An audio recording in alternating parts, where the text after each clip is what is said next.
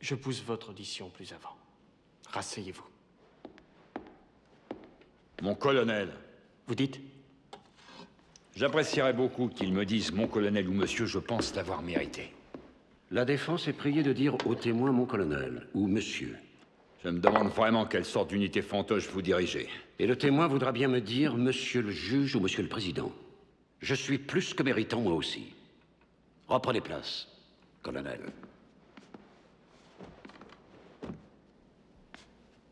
De quoi voulez-vous qu'on discute maintenant? De ma couleur préférée?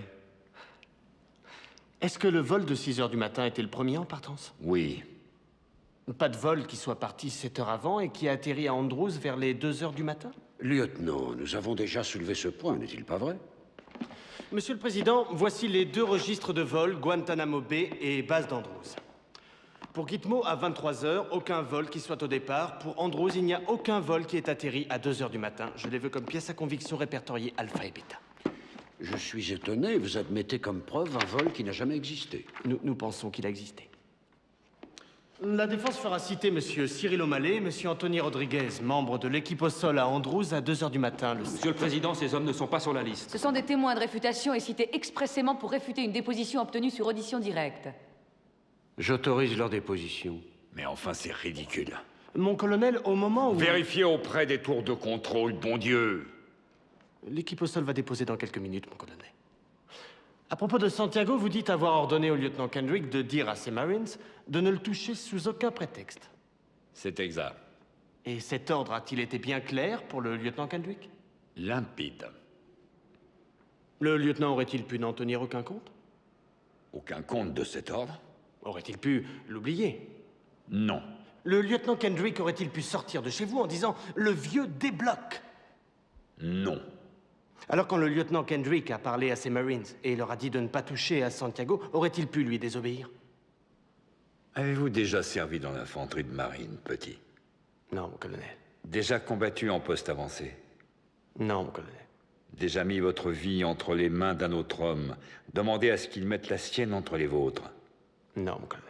Nous obéissons aux ordres, petit. Nous obéissons, sinon des hommes meurent. C'est aussi simple que ça. Suis-je bien clair? Oui, mon colonel. Suis-je bien clair? Limpide. Mon colonel, juste une dernière question avant de faire citer le témoin O'Malley et le témoin Rodriguez. Si vous avez donné l'ordre de ne pas toucher à Santiago, et si l'on exécute toujours vos ordres, pourquoi Santiago aurait-il couru le moindre danger? Pourquoi deviez-vous alors le réaffecter à une autre base?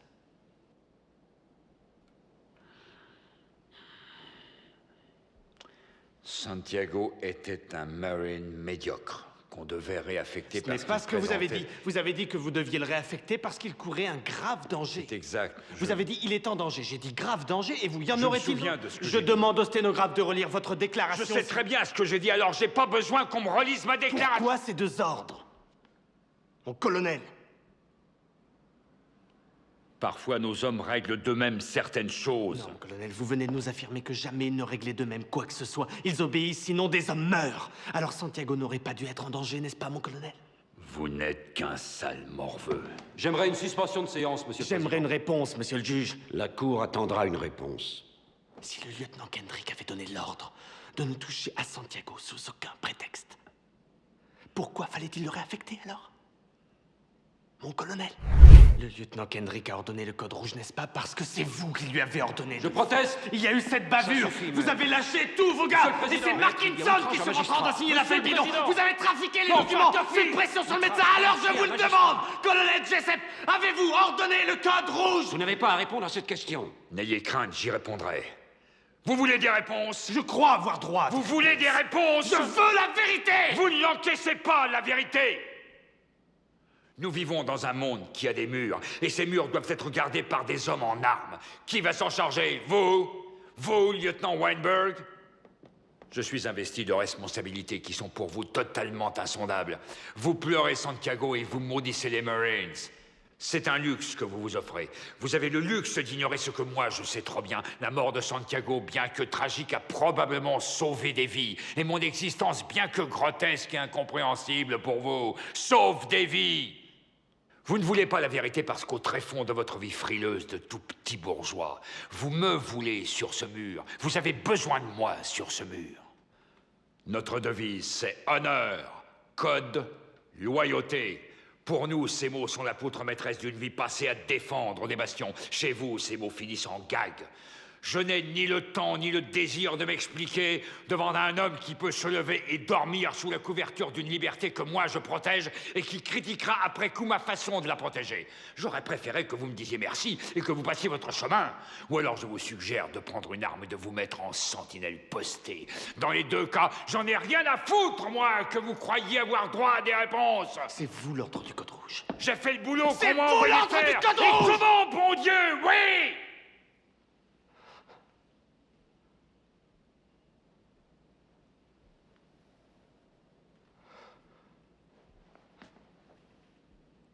Monsieur le Président, je suggère le renvoi du jury pour que nous puissions nous mettre en conformité avec l'article 39A, le témoin a des droits.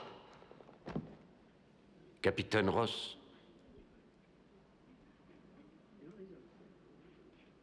Jack?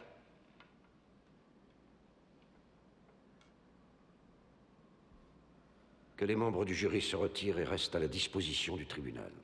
Levez-vous! Mais où on va, là? Mon colonel, qu'est-ce que ça veut dire? J'ai fait mon boulot, moi, et je le referai.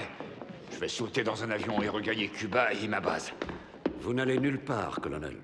Police militaire, escortez le colonel. À vos ordres.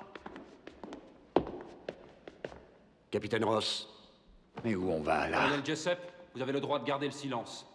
Toute déclaration On m'accuse d'avoir commis un crime. On en est donc là? On m'accuse d'avoir commis un Vous avez crime? le droit de consulter un avocat avant tout interrogatoire. C'est une farce. Le conseil peut être Ah oui, assigné voilà vis-à-vis ce que par c'est. vos soins et payé C'est par une... vous.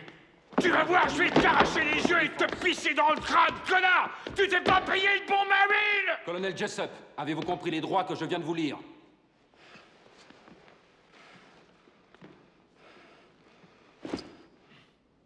Tas d'enfoirés tous les mêmes. Jamais été foutu de défendre une nation. Tout ce que vous avez fait aujourd'hui, c'est affaiblir un pays. C'est tout ce que vous avez fait. C'est par votre faute que l'homme est en danger. Faites beau rêve, petit. Assez de petit. Je suis avocat et officier de la marine des États-Unis. Et vous, vous êtes en état d'arrestation pourri. Le témoin peut se retirer.